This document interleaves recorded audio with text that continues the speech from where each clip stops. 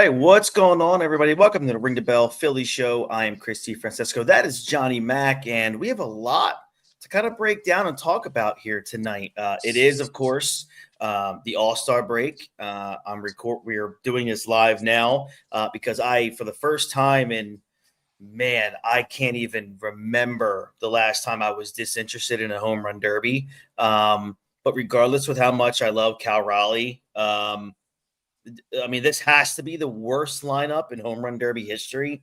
It's just brutal. But look, doesn't matter. The All-Star game, I don't think there's ever been as much controversy surrounding an All-Star game as this one. And unfortunately, it definitely surrounds the Philadelphia Phillies.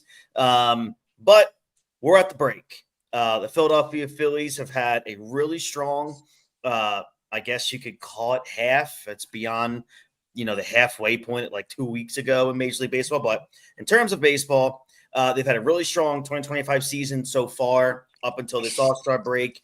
They're 55-41, holding first place in National League East. They're edging out right now the New York Mets. Their performance has been driven by just absolutely masterful starting pitching, highlighted by, of course, Zach Wheeler, Christopher Sanchez, Ranger Suarez. Even though their offense has shown much inconsistency, particularly in timely hitting, home run production, runners in scoring position. They're 18th in Major League Baseball in home runs, which is just something we're not used to seeing with this Phillies team in terms of like this big of a power outage, which we'll talk about. But yeah, the starting pitching, when you look at what this starting pitching has done, and we'll get into grades and stuff like that with each individual pitcher in the rotation.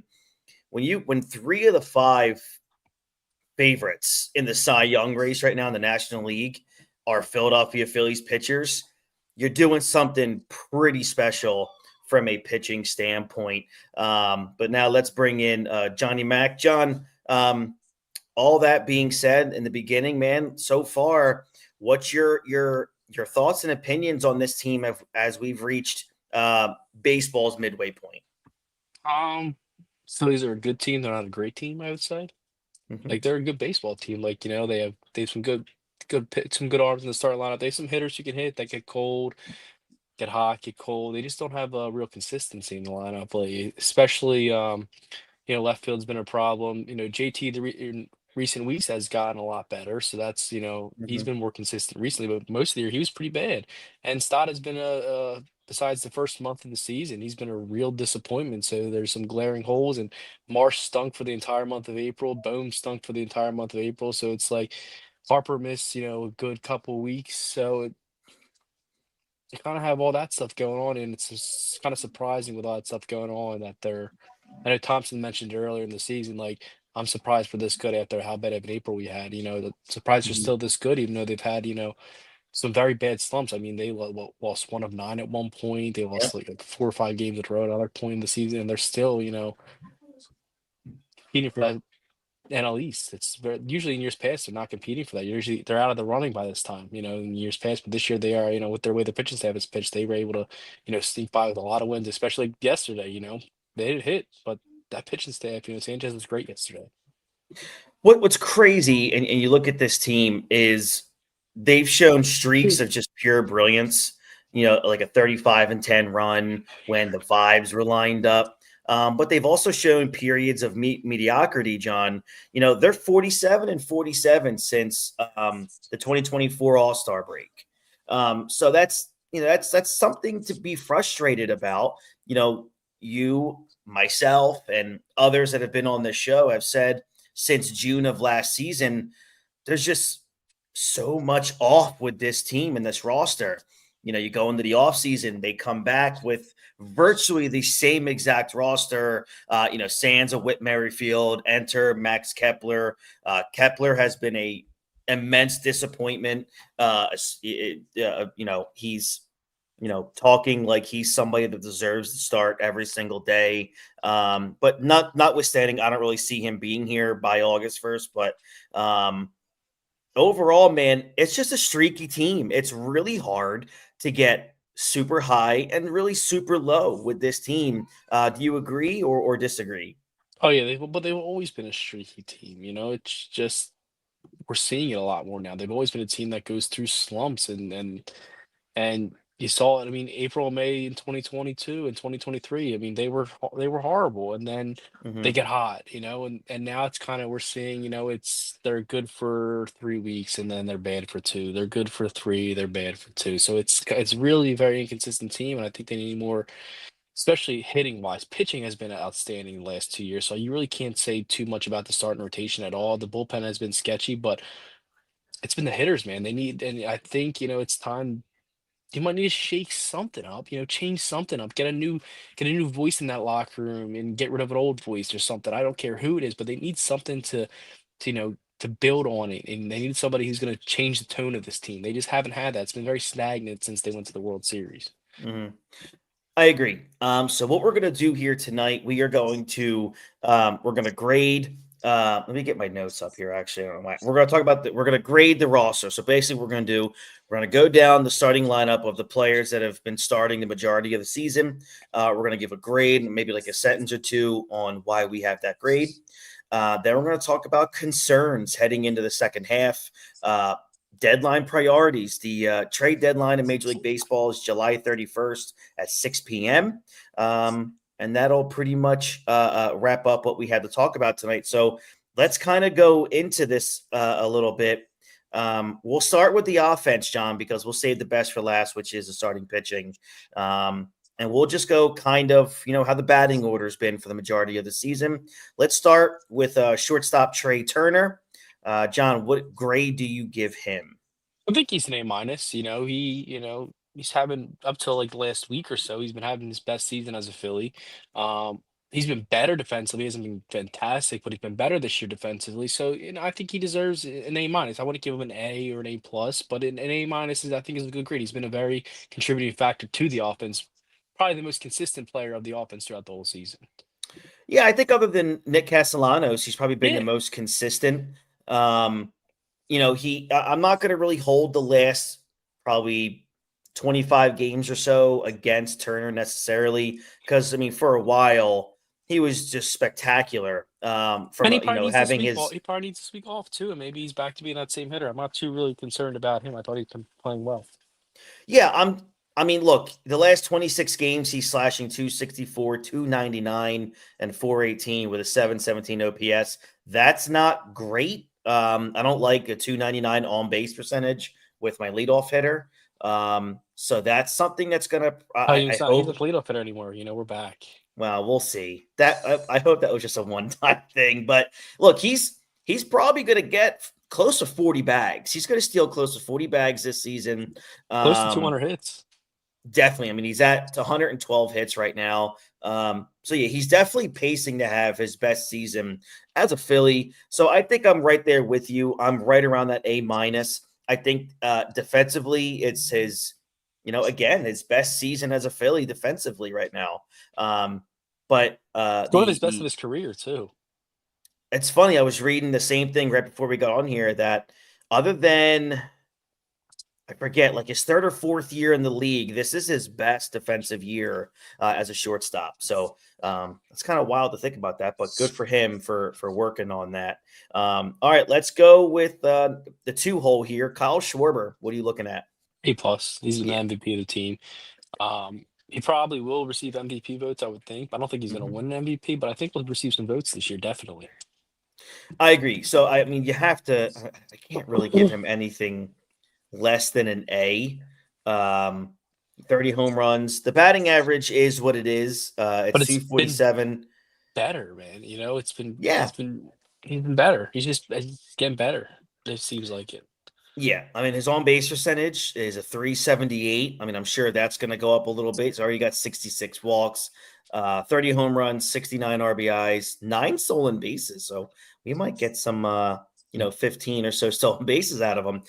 He's still, again, having a really good season against left handed pitching. He's slashing 293, 424, and an OPS of 1115 against left handed pitching. John, he's a lefty man hitting 223 against righties. What the hell is going on here? Seems like it's completely reversed over the I last 2 know. years I than what it's know. been his entire career. Mm-hmm. It might be All something right. he's been working on, trying to hit better lefties and not focus on the righties as much. Maybe it's something like that. Mm-hmm. Different guy throwing him BP in the offseason. Maybe he's left-handed guy and he's not seeing as much right hand in the off. It could be something as simple as that, or Yeah. he's just trying to get better at hitting lefties and he's excelling at that and not righty or righties right now. Mm-hmm.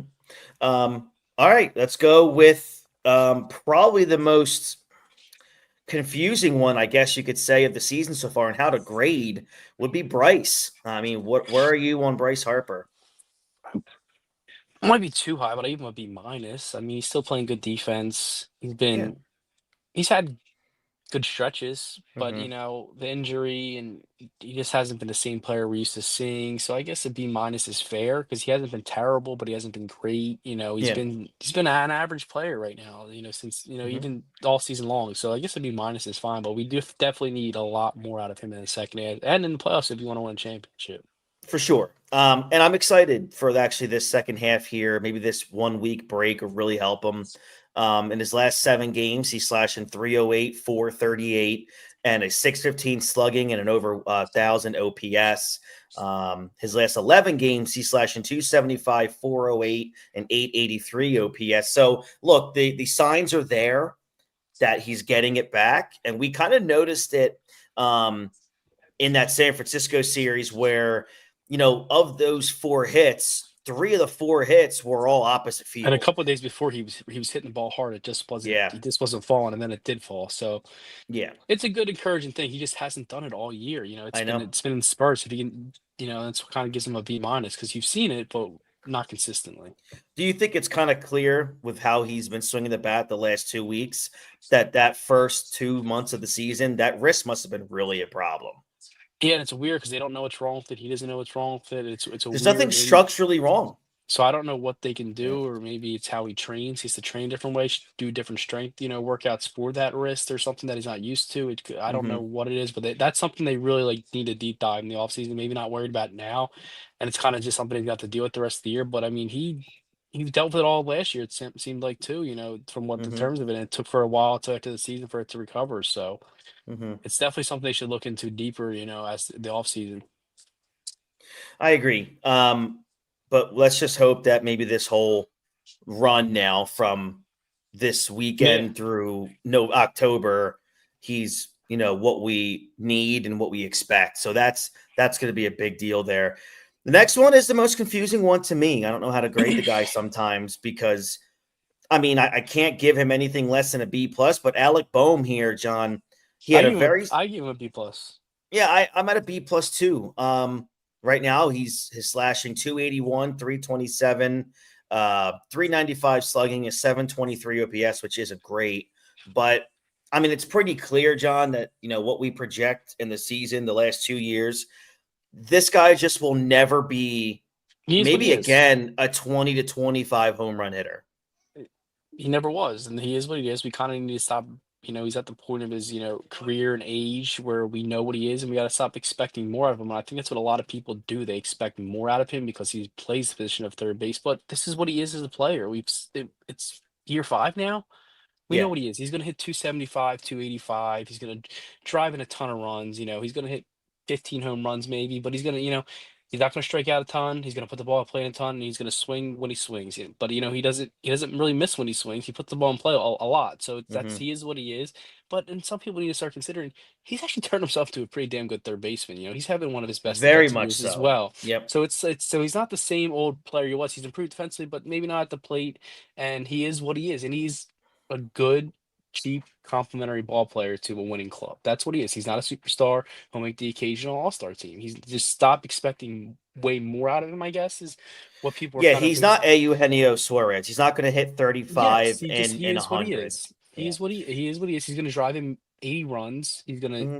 Yeah. he's that's what he is. And we need to stop expecting more out of him Hmm. and just be thankful for what he is because they can always add that somewhere else. Like a left fielder. If they have a left fielder smashing 30 home runs right-handed, I don't think we're going to be complaining much about Alec Boehm because that just brings it's such a more dynamic threat to that offense as Well, then well. here's my problem though, John, with Alec Boehm, and it's not. And again, this goes Oh, he's a back to beast. Schwarber. It's not his fault. Why is Alec Boehm your 4-hole? Because he's not driving in runs He's like he did in before. a perfect world. He's probably a 2-hole hitter because he's going to put the ball in play, but In a also he's slow. perfect So world, he has no yeah, speed. he has no So speed. But again, you have a guy like Turner. He gets on base. Maybe Turner steals that at bat. Then he puts the ball in play. Turner's on third base with one out. I think Boehm's the perfect 5-hole hitter. He's probably that too. Yeah. It's probably that Mhm. too. But again, yeah, you're probably right. They kind of don't have a lead off. I mean, Turner's done a good job this year, but he's probably a 2-hole hitter as well because he doesn't take as many pitches. Right. Besides Schwarber, they thought it was Stott, but it wasn't. It It never obviously will be. nope. He's a 7-hole hitter, plays good defense, another Yeah. complimentary player. And he's actually underperforming that we thought he would, but if they had another guy in that 2-hole where you can put Harper 3, Schwarber 4, and you can rely on that guy as 2-hole, or just leadoff hitter, rely on that guy as leadoff hitter. Like I know I'm going to mention him later. I know Byron Buxton's always hurt, but he's having his best year. I mean, this is crazy what he's doing. You put that guy at first in your order, then Turner, and then you have Boom 5. Maybe it's a different thing we see. Mhm. You're probably right. It is why it's the lineup construction that's always kind of been a major Mhm. issue. Yep. And maybe it's sometimes why they don't win as much because they just don't have the right personnel in the right spots of that lineup, and they need more, and they just haven't got that yet. I agree. I totally agree with you. We're gonna have to see how that shakes out for the rest of the season. But next up is Nick Castellanos. Let's kind of dive into this guy here. Really hard to really complain. I can't give him. I'm gonna have to be at a B plus. He's been probably the most consistent player on the team this season. Him 100 Turner, hits. yeah, yeah. I Yeah, mean, 100 hits, 12 home runs, 51 ribbies. Um, he's kept that batting average right around 270 or above all season. and nobody will Um, admit it. I mean, he's making $20 million. He's earning that $20 million. He's playing well, and I have a B as well. mhm, He's you can't say a bad thing about him. I mean, I know. Yep. he maybe needs to be a better defender. He's not happy about it, but that's about all you really can complain about him. He's not as great of a defender, but the Yep. money you're paying for his bat right now is you can't complain about it all because he's doing his job, man. Yeah. You know, And look, Jason Kent has said this for years, and it's just something we're going to have to get used to until Castellanos is no longer here. He is who he is. He's a career 274 hitter. He's hitting 273 right now. You're going to get what you're going to get out of him. You're going to probably get close, of course, 20 home runs. You're going to get, anywhere between 85, probably 80 to 85 RBIs out of him this season. I mean, he's pacing close to 90 RBIs this year so far. And his on base percentage is up from last season. His slugging is up. His OPS is up right now. So, which is weird. And he's still a negative WAR player. I don't understand it, because but it's the dumbest. it is. Dude, like sack flies count as negative WAR because they give it to the runner. Like it's like Yeah. you could hit a game-winning sack fly and your WAR would go down. Like Yeah. It's a stat I really wish was just deleted. it's on based on an average player at that position. So it's who's Yeah. the average player? Who knows? How's it Yeah. determined that you're an average player? How do you determine who the average player is? That's funny. So dumb. Next up we have here. It's so funny, everybody. Like the lightness and the darkness right now. I am like so bright on the screen, and John, I feel like, is in Death Valley, and I'm just like waiting for like a fog machine to blow in his background because it's just so dark in this background. It's hilarious. All right, I'm going to get to the 6-hole guy here, the most disappointing player, in my opinion, on this entire list, is Bryson Stott. And John, I think you're going to be mildly excited for me to say this, and so will Jason if he hears this. I think I'm done with the Bryson Stott experiment. I can't keep giving free passes out. I think he's a brilliant defender. Maybe that's just what the league is now from the second base position. It's not a great position in Major League Baseball right now. So maybe that's helping him in terms of solidifying a starting job. But I think I'm done with the Bryson Stott experiment if they can find somebody better. Yeah, I mean, I give him a D. I think his D. defense, That's a great. That's a perfect score. I think his defense, gives him a little boost on that end. Then he had a good April, and he was helped the team at a time where they needed a guy, sparking the lineup at the Hmm. lead up spot. But other than he's been an extreme disappointment since May 1st. I mean, he is Yeah. so no improvements basically since he's been here, and it's kind of at the point where None. it's like I get you work the accounts and do this, but sometimes you maybe take a page out of Nick Castellanos and Alec Boehm's book and just go time and maybe spark something out of that because it's what you're doing is not working. The way your approach is at the plate, it doesn't work for you. It obviously doesn't work. Somebody's probably gotten his ear that you're a future leadoff hitter, need to work counts and stuff like that, Hmm. but it's not working, and maybe it's time for you to maybe, get going, earlier in the count, maybe spark something there, get the first good pitch you see instead of battling and striking out. Yeah. But yeah, he's extreme disappointment. It's kind of somebody mentioned it, I forget who it was, but a small market team likes pitching and defense. You may Cleveland. be able, yeah, you may be able to move him to Cleveland, and they'll be Yeah. willing to take him, and we get a Steven Kwan in return, and Hmm. we'll figure out second base in the meantime. Right. Something like that. Smaller team like somewhere else might be along the line where you can get rid of him, and they'll take him, and they'll be happy with him, and they'll hold him to that value that he's a good defender, and that's what they Hmm. want out of that position. So he is expendable, and you can Yeah. definitely find an upgrade. Maybe not as good a defensive upgrade, but definitely hitting wise, you can find a definite upgrade. And even if you get a Steven Kwan left field, you upgrade it defensively in the outfield. Maybe you take a Hmm. little less defense at second base, and you upgrade there hitting wise too.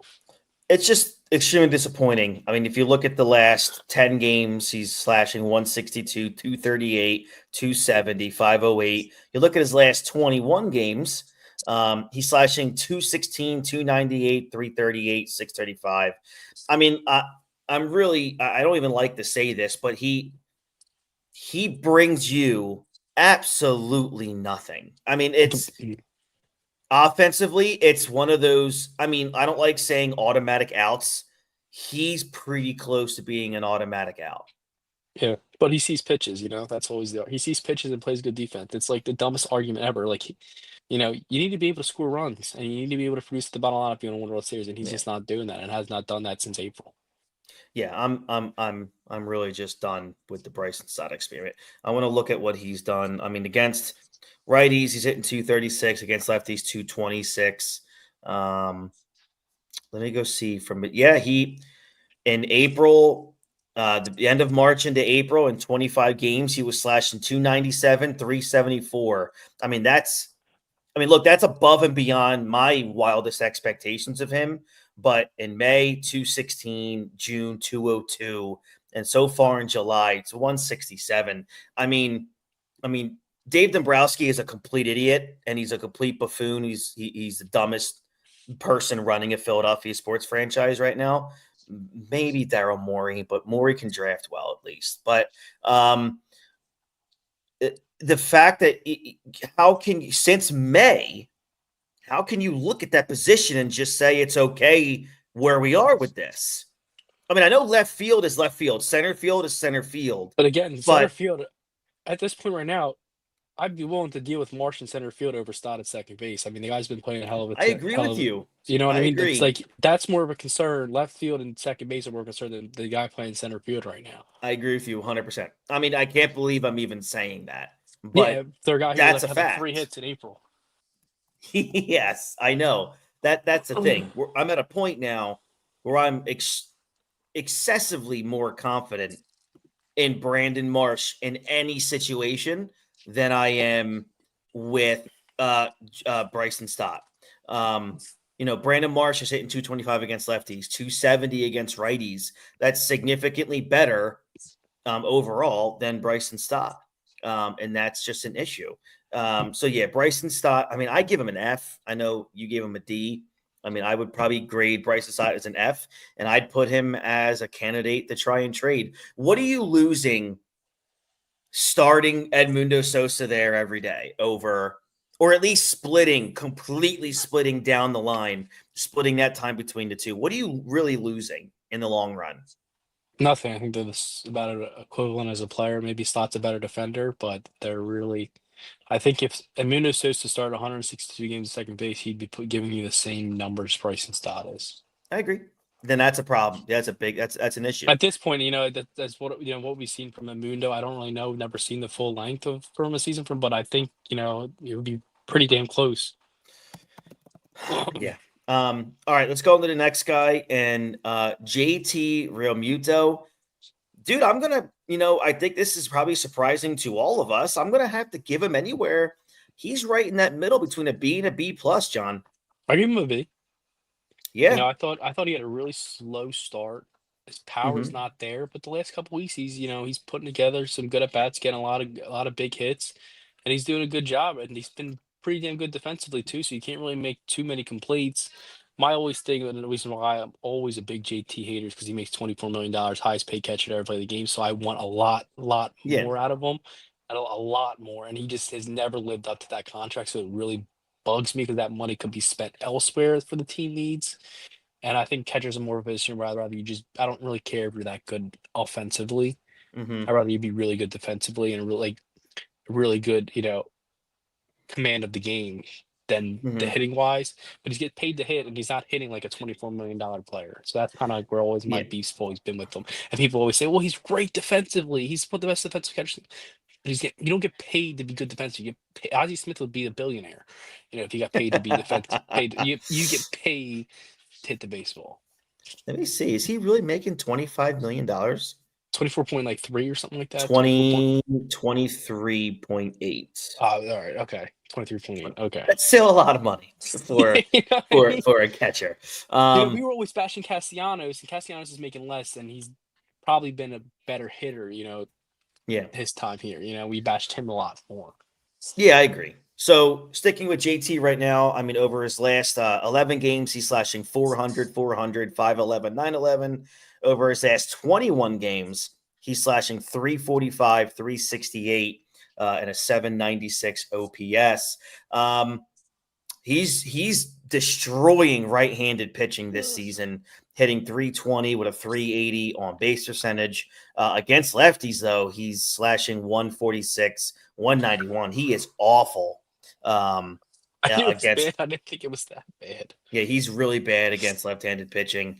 And looking at his monthly splits, May again terrible in May 205, 270, 275 slash. June 293, 350 on base. July in the 9 games that he's played 432, 432 on base and slugging over almost 570 with an OPS of 1,000. So, John, I mean, power numbers are not there, but you know what he has been doing lately? He's been hitting with runners in scoring position. I think at this So, point where he is right now, especially when they get upgrades, just the player he is, I think he'd be a great 8-hole hitter where he could get you to that, the yeah, 9-hole and yeah. be able to turn the lineup over for the next inning or that continue on that inning. I think he'd be great, especially if they, saw, left field or they add another, bat somewhere else in the lineup. I think he'd definitely be a great 8-hole hitter right now in this point of his career. And I know I mentioned before, I wouldn't be opposed to him coming back next year making $8 million for the year, maybe a 2-year deal for like $18 million, and he makes 10 1 year the other year. I wouldn't be opposed to that, but he's just making too much money where you can spend that money elsewhere. You know what I mean? It just it hurts, Yeah. especially when you look at the way the bullpen is, left field is like that money could be, he's not the $24 million player he was. He's getting paid for Mhm. what he did before he was paid, and he's just not that player anymore. And they could really use that money elsewhere, and hopefully that's the future to come, and we can allocate that money somewhere else. Off the top of my head, because I don't have it in front of me, if you And he take the shouldn't be money catching 130, away, and he shouldn't be catching 130 games anymore. no, that's my biggest gripe with him not him, with Topper the last 3 years. I mean, JT still probably ranked in the top 5, right? I mean, in statistical categories and catchers, not named Cal Raleigh. Cal, Will Smith, Well, Will Smith is hitting uh, 325. Yeah. um, I don't know. I can't think of any catchers right now. Um, I mean, Patrick Bailey's so good defensively, but the bat's just not there. He's very good Uh, defensively. Yeah. I mean, what's his name in Carson, Oh, Carson Kelly, the he's Cubs, having yeah, a yeah, batting 276, yeah. and then Um, That Drake Baldwin looks like he's going to be a pretty good ball player. They're kind of mhm, easing his way in there, and Sean Murphy's probably going to be on his way out at the trade deadline. yeah. But So looking they, at batting average in baseball, I'm trying to think of um, what the guys are top bat. four is Will Smith, Alejandro Kirk, Hunter Goodman, and JT Realmuto. On base percentage in baseball right now for catchers, JT sits sixth in baseball. OPS, he would be sixth as well. So he's still in Yeah, most in slash lines. He's overall a top five catcher in baseball. yeah. And he's making more money, by the way, than all those guys That's listed. what I mean. You know what I mean? And a lot of these guys they're Yeah. making no money. They're really Mhm. not making any money. That's kind of like where I feel like Well, catching a Cal position got where paid. yeah, but I don't think he's not making nearly as much as JT. Let me see. I'll look at it right now. But you're right. He's. I don't think he's making. I don't think he's making 24 million. Like Oh, the Cardinals did it right. he's going to. Yeah. Oh, he's going. Eventually, not for two, not for three. 2028. His final 3 years of that deal will be 24.6. Yeah, but again, that guy probably won't be catching in 2 years. He'll be a first baseman in 2 years. Yeah, you know what I mean? Like that's Yeah. where the Phillies screwed up. Look what the Cardinals did with Wilson Contreras, and he's having a pretty damn good year, and they're probably going to Mhm. save him a couple extra years, on his legs and power wise, and you know, the Orioles kind of already did it with Adley Rutschman. I know he's hurt right now, but he DHs a shit ton of games along with catching. He isn't catching nearly as much. It just seems like catching, and the Braves kind of might have figured it out a little early on.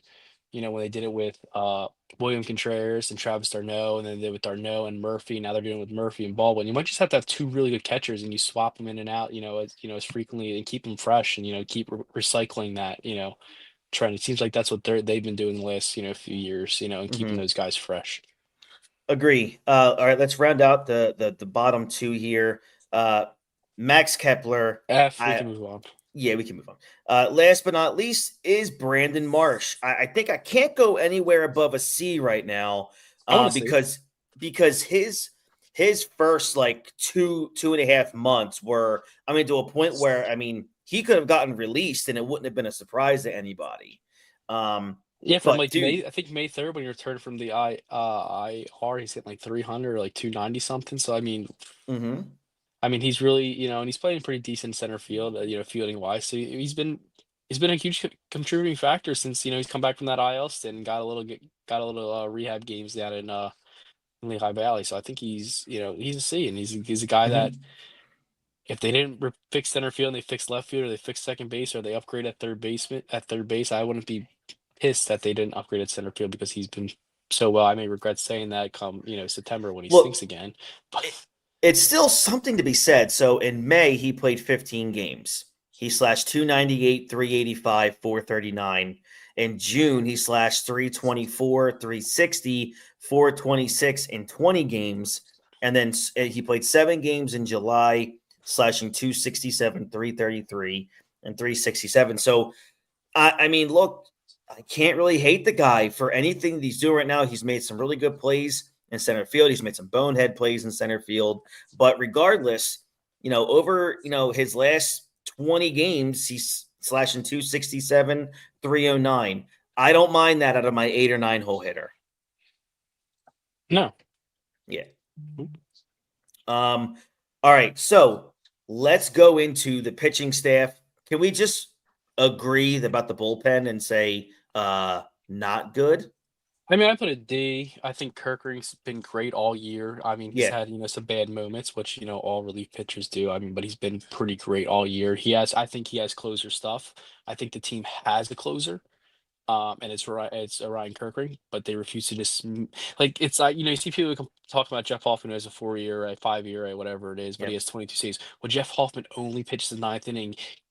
Other managers don't play this bullpen game where well I like this matchup. There's two lefties in the ninth inning. I'm gonna pitch Schramm there and Kirkring. There's two lefties in the right. I don't like that. If a Kirkring pitched just the ninth inning, he'd probably have 22 saves with a sub 3 year. I Yeah. would I would assume. So they do have a closer who can do that. They just don't use it. Strom he's been a decent guy. I think he's a sixth, seventh inning guy.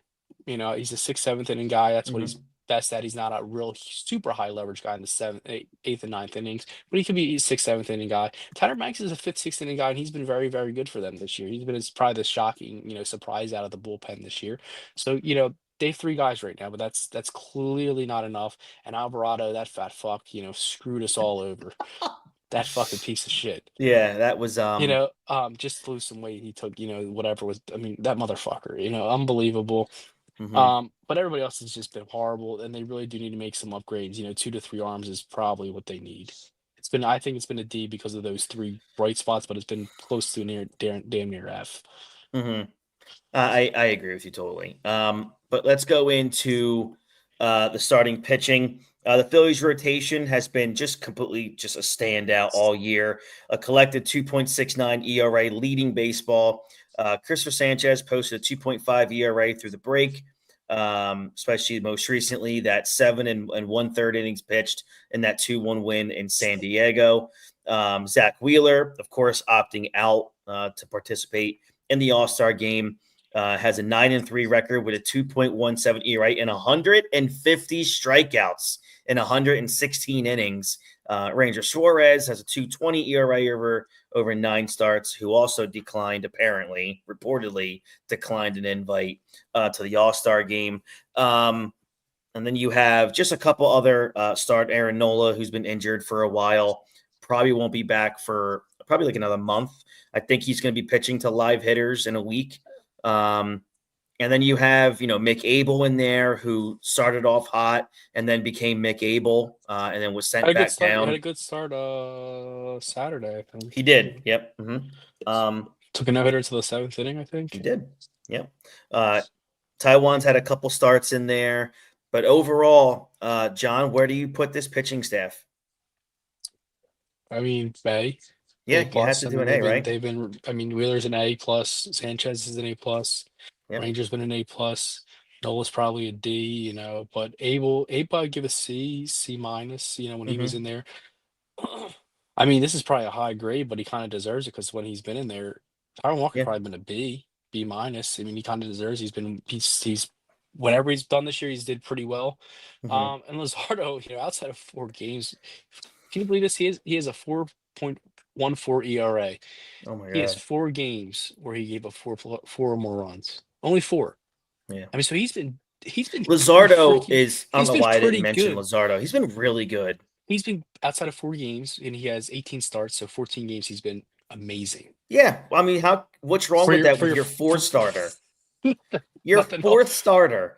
He's been, it just, and 2 of those games were absolute blubs. So even if you subtract 5 runs because Topper takes him out a little early, he probably has a 3.5 ERA, and Yep.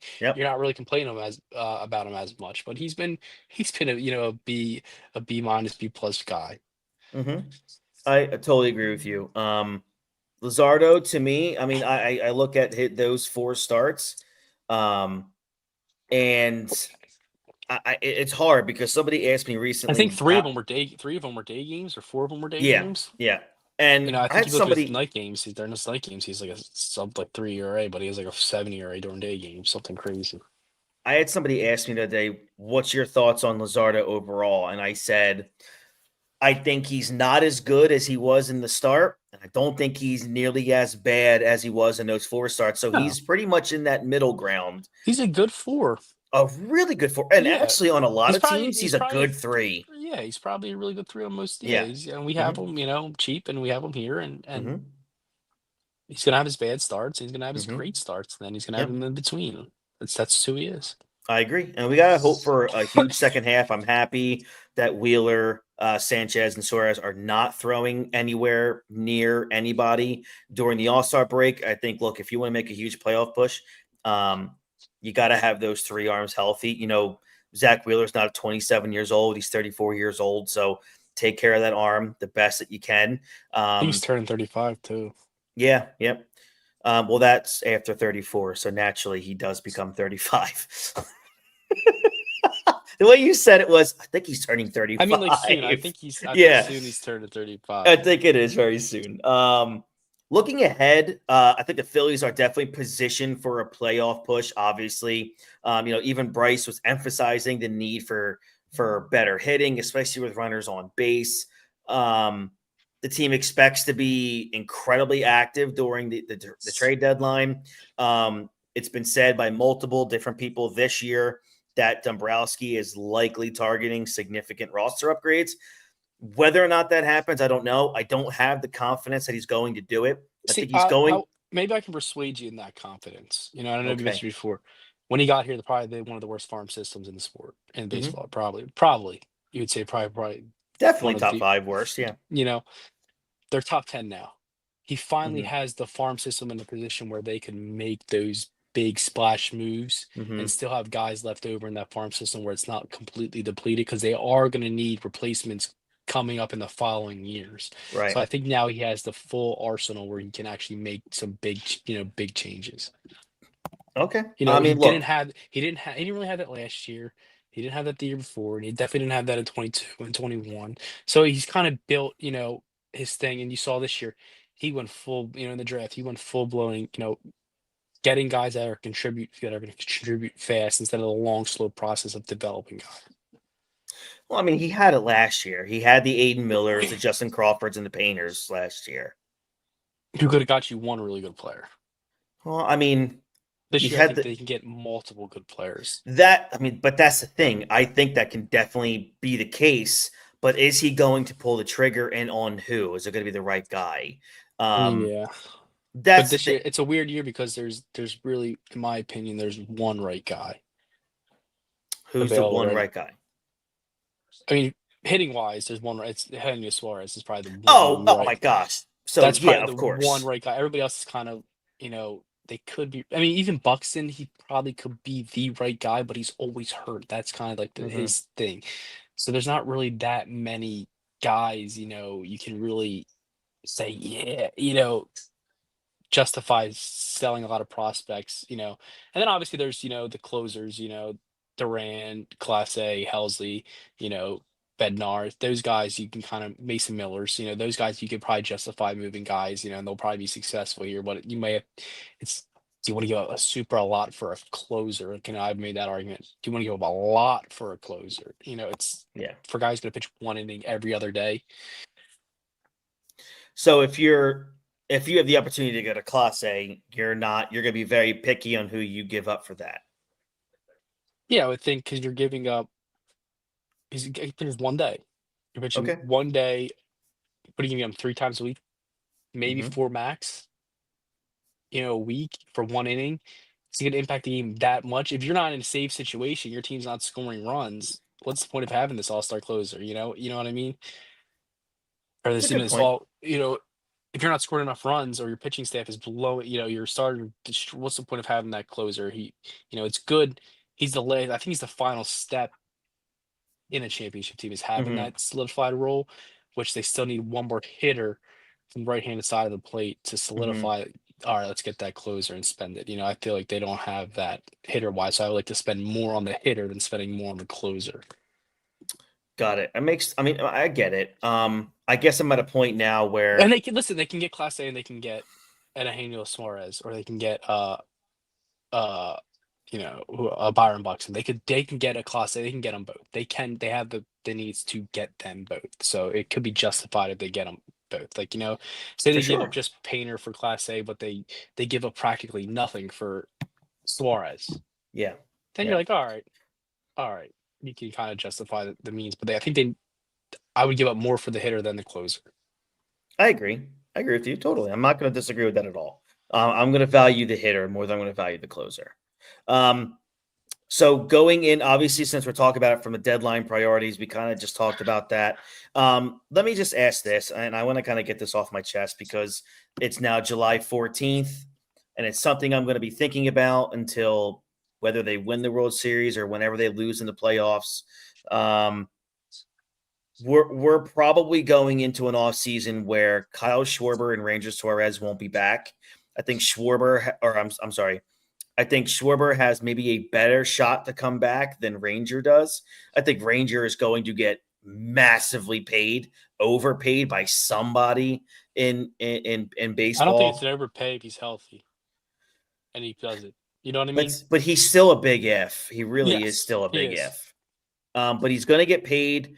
I think Schwarber has the best chance to come back, but I still think someone's going to offer him just buco bucks and years that he's going to look for.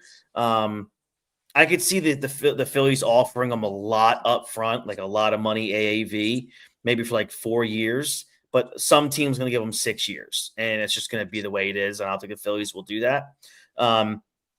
Man, the fact that we might go into the offseason, John, and you can see these two stars in their peak of their career, their peak value for from an organizational standpoint and what you could get in return.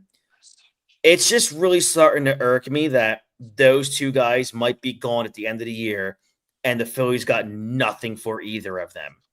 I thought about this before. Just glad you brought this up. Now with Painter and with Abel, who have, I know you're not as high on Painter, and Abel really hasn't been consistent enough, but you have those guys. You have Nola coming back. You have Taijuan Walker under contract. Walker, Painter, and Abel probably won't be in the rotation come playoff time. Mm-hmm. With Lazardo, Sanchez, Wheeler, you have Nola still.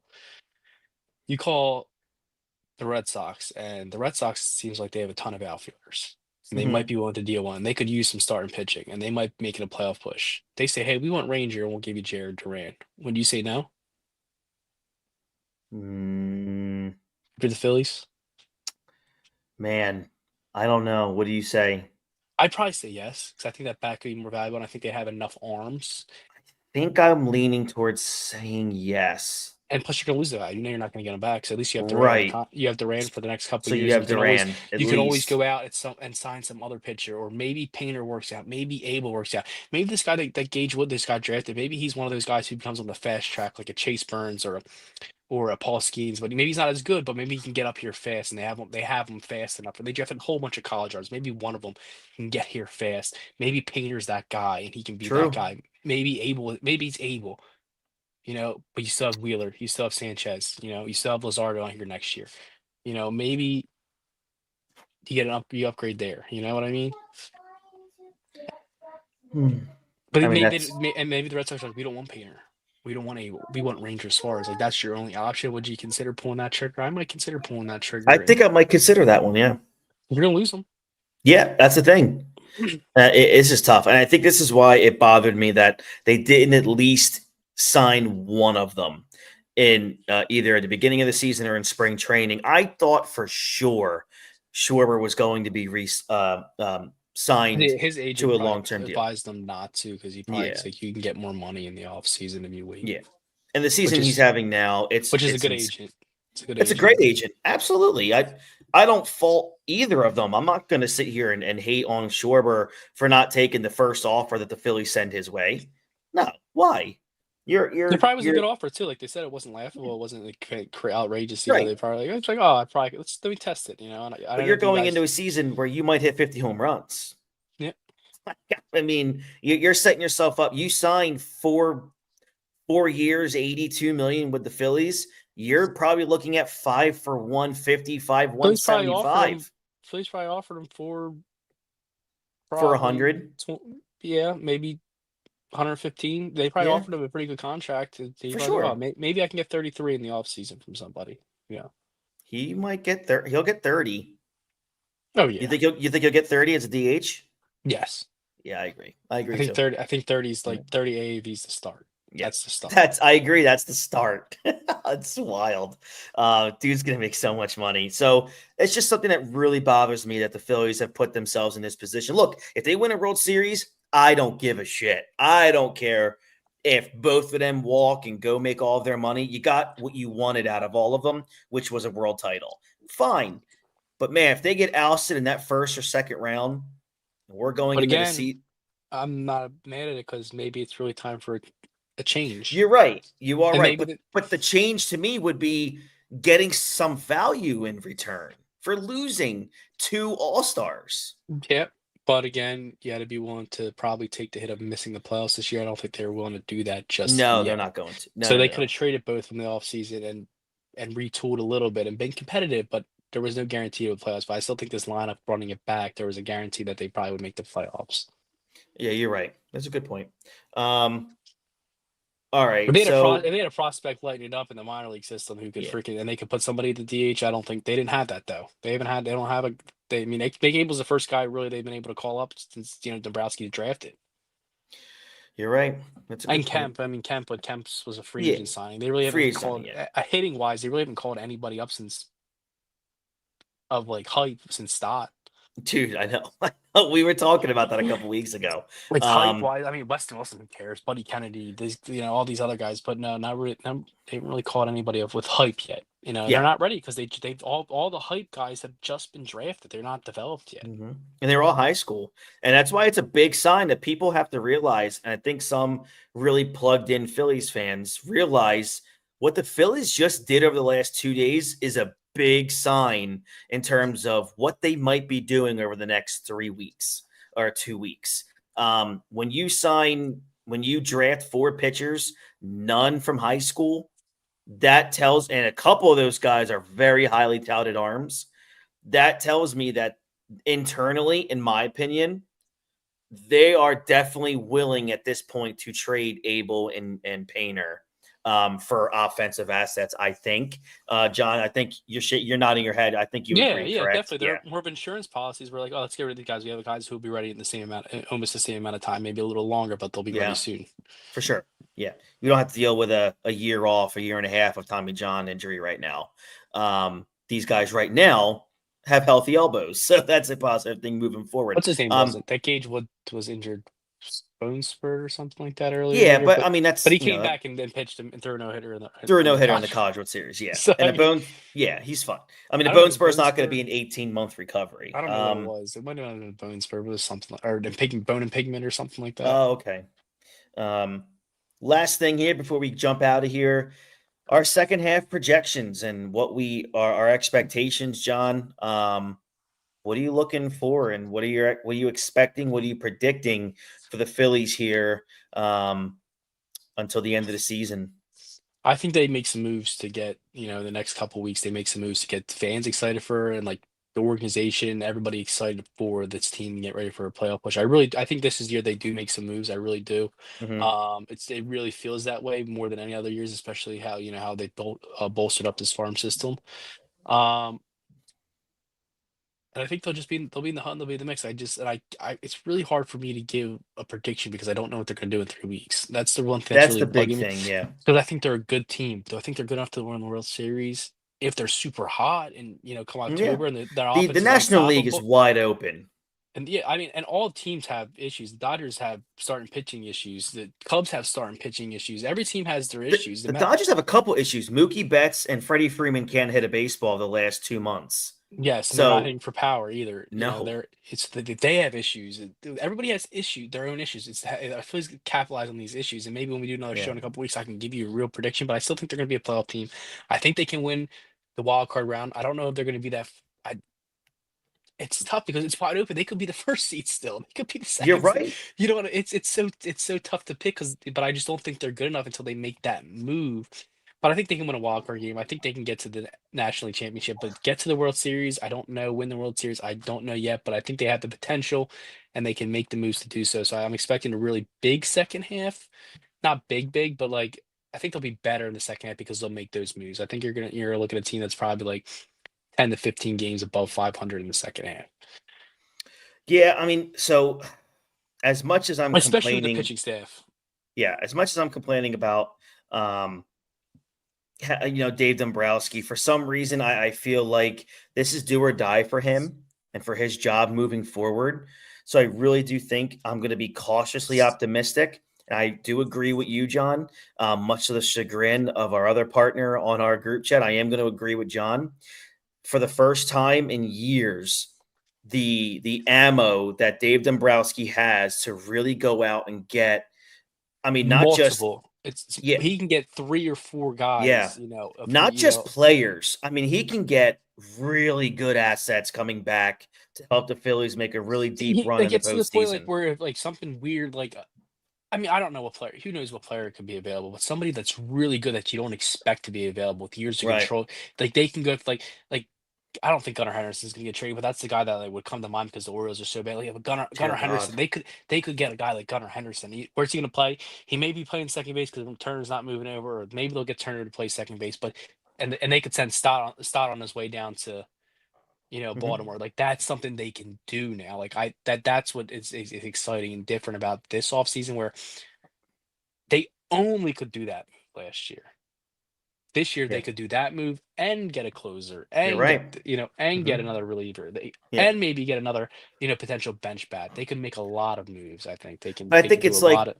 to piggyback what you said before, though, also, just because they have the assets, I don't want them to It's be the right move. overpay for because they feel like they have so much pressure to get this bullpen Like arm or if that they give up arm. four top 100 prospects, they get Durant and Class A because they really think the bullpen's the most important thing they need is really the bullpen. And they give up four top 100 prospects. That's a lot of freaking prospects for I think two that's relievers. terrible. You get You, fleeced at that point. you know what I mean? Yeah. But if say you do give a Painter for Class A, I won't be pissed. But I mean, but then you say you get a Hanging Suarez at third base, Boom's on his way. That's an upgrade there, Yeah. and then you upgrade the closer position too, and you don't give up that much for because or maybe you get a Class A and Lourdes Gurriel. They're both rental players you can get. One plays left field, one plays third base, and they're both upgrades at that position. So if they There's trade for Gino, you think Bohm's going the other way? is do you think he can play second base? No, not at Probably this stage of his career. years ago he probably could have. But he's still such a good defensive third baseman Yeah, too. yeah. Yeah. Are you willing to put Harper in for 60 games in left field? If he says yes. You know what I mean? That's if you're not willing to do that, then Boom's out of here. I mean, Boom's not staying. Yeah. Yeah. That's what it kind of comes down to. You see a Boom, you Yeah. have to go because we need this guy to play third base. Gino turns 34 in 3 days. It's also a 1 year rental, so it's not like Yeah. it's Yeah. not like somebody Half a if you year get rental. Bucks if you get Yeah. Buxton, I think he's turning 32 or he's 31 right now. Would be great because the way he's Uh, playing right now, that'd be a Buxton great is up. 31. He'll be 32 in December. So yeah, so you get him, but then again, you have him for another 3, 4 more years, as well as he's getting older, and he's a guy who's Yeah, really injury prone. he's not a free agent until 2029. Yeah, so you have him for What's a he while. making? Let me see. He's not making too much actually. Like No, you would have God, if not at all. He's making 15.1 million all the way through. there was another player I was looking at. I forget who it was, but I don't think he's going to be available. It might be Buxton. I forget who it was, I but mean, yeah, he signed through 2028, there was another guy making I was 15 looking at where million. I'll be like, if they got him, that'd be pretty freaking good because he's not making too much money. I forget who it was. I'm not sure who you're thinking of. I think the most he was making it was Jose Ramirez. He's making like $15 million a year this year. I mean, that would be ideal. I think the most he makes is 25 in his last year, which is in like 4 years, 5 years. I'm looking at it right now. So, yep, the most money he will make will be the final year of his contract, 25 million in 2028. So he's signed. He's making 19 this year, 21 next, and 23 the following year. Like that'd be a guy like, all right, he's not making too much money. He may be getting a little older, but he's not making too much money. Hey, look, he's 32. He's hitting 300. So I mean, it's not a bad idea. Again, like you He's said the though, guy. If they the get him, options are there.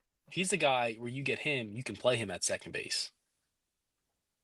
Yeah, I agree. He's done in the I past. agree. When they got Donaldson, he played second base. He's done in the past where he's moved over to play second base for a playoff push. Well, we're gonna see, man. We're gonna do a deadline show. We'll do a deadline special. We'll try to be on. Um, if the Phillies make a move, we'll hop on. Maybe we'll do a show for a little bit during the day to see if something breaks while we're on. We'll see.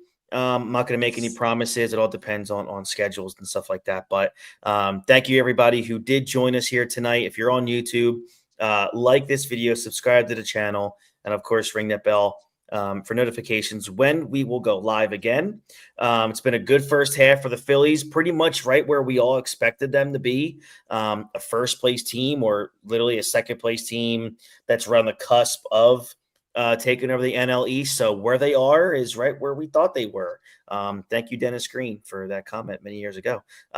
So looking forward to a big second half here. And like John, I do agree that I'm cautiously optimistic that Dave Dombrowski is going to live up to his prior reputation before coming here about being the kind of guy that will go for it at the trade deadline.